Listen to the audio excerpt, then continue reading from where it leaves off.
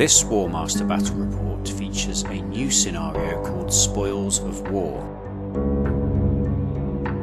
The game will be played at 1,000 points and features the armies of the High Elves and the Vampire Counts. Players will be fighting for control of 5 loot counters, which are placed in the centre of the battlefield. Units can take possession of loot counters and move around the battlefield with them. However, there is a -1 command penalty if a unit has a loot counter. Only 1 loot counter may be carried per unit. At the end of the game, each loot counter in possession of your side grants bonus victory points. The battlefield represents a small farming village on the eaves of a wood. The wood's block line of sight counters dense terrain and can only be entered by infantry. The fields cannot be crossed by chariots and also negate enemy charge bonuses. The farmhouses will be impassable, whilst the roads grant a command bonus to any units that remain within them.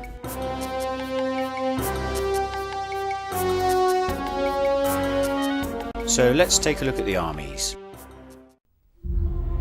The High Elves are an elite faction, small in number but with excellent command and heavy cavalry. The Vampire Counts are a horde army with masses of cheap infantry, powerful magic and terrifying units.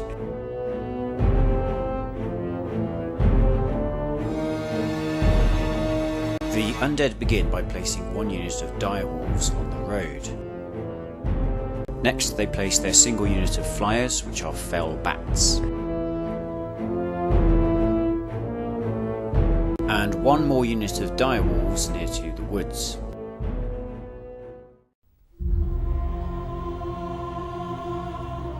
The High Elves opt to deploy in a strong centre position. Infantry deploy foremost, with cavalry and flyers on the wings. The High Elves must take 1 general, 2 spearmen, and 1 unit of archers. They add 2 more spearmen and 1 more archer unit. They also take 2 units of silver helms, a unit of eagles, 1 hero, and 1 wizard. Breakpoint is 5. The undead mirror the High Elf line by deploying infantry in the centre and cavalry on the flanks. They must take 1 Vampire Lord General, 2 units of skeletons and 2 units of zombies. They add 2 more units of skeletons and 2 more units of zombies. 2 units of Black Knights accompany the dire wolves, with a vampire hero mounted in a black coach bringing terror to the army. There are 2 units of ghouls and a necromancer wizard. Breakpoint is 8. The loot counters are set up equally spaced along the centre line of the battlefield between the 2 armies. With their superior command values, the High Elves must try and grab the loot counters before the undead overwhelm them with their superior numbers.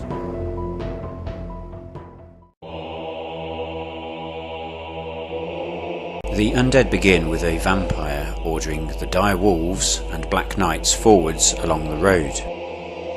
The necromancer then orders the ghoul units forwards through the woods.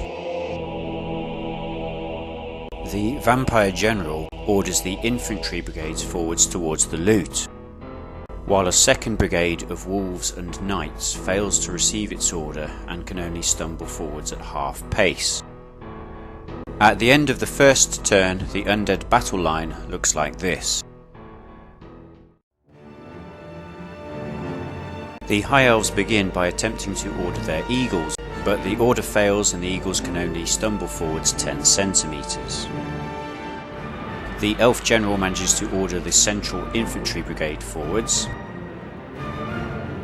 and on the right wing the the remaining elf infantry and Silverhelms form a solid battle line. After one turn each, the battlefield looks like this.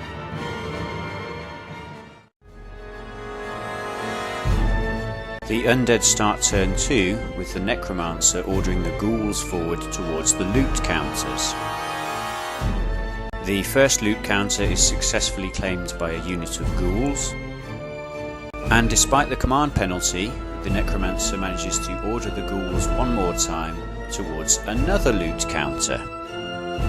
A vampire then orders the wolves and knights on the left flank towards another loot counter. And the knights successfully claim it and halt there.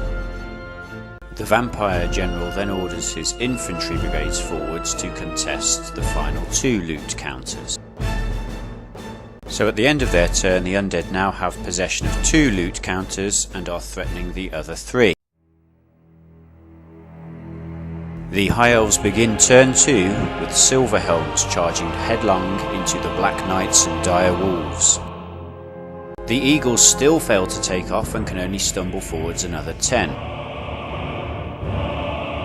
The Elven Centre holds position, hoping to use its skilled archers this turn. The Elven Mage casts Light of Battle, granting the Silverhelms a bonus attack each. Elven Archery drives back 1 unit of zombies, and a unit of direwolves is also forced backwards by the shooting. In combat, despite the terrifying presence of the Black Coach, the direwolves are destroyed on the charge by the Silverhelms with no losses, while the Black Knights lose 1 stand and take 1 in return. The Silverhelms pursue the Black Knights and steal their loot counter in the process. The victorious Silverhelms destroy the Black Knights and the vampire with them. Finally, they reposition with their loot to threaten the undead flank.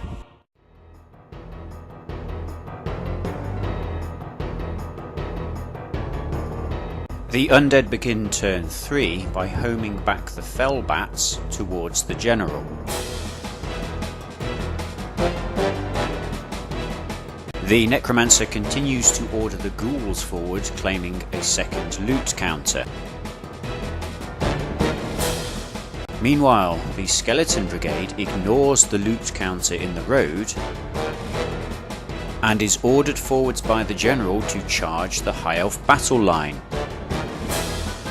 A unit of Black Knights is also ordered forwards to add their weight to the charge. The fell bats are ordered to fly behind the High Elf line to cut off their retreat, and finally a unit of direwolves is ordered twice to run around the flank and charge the sides of the beleaguered High Elves. The zombies are then ordered to take the loot counter, which was ignored by the skeleton. In combat, the High Elf infantry is massacred, with only a single stand remaining. In High Elf turn 3, the Eagles finally find their wings and are ordered twice to charge the rear of the fell bats. Silverhelms move up to claim a second loot counter. The remaining elf infantry brigades charge forwards to engage the undead, and the brave elven hero also joins the combat. The elven mage successfully casts Light of Battle, affecting all units in combat.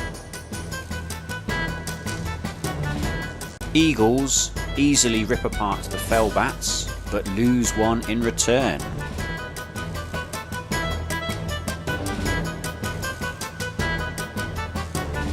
The giant birds then advance into the skeletons, reducing them to a single stand, before falling back to block the retreat of the dire wolves.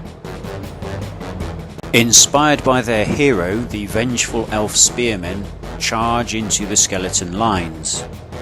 The skeletons and dire wolves are beaten and forced to retreat, losing many stands in the process. The elves pursue their undead enemy, destroying 1 unit for the loss of a single stand. Meanwhile, the Black Knights continue to ride down the remaining Elven Spearmen on the left.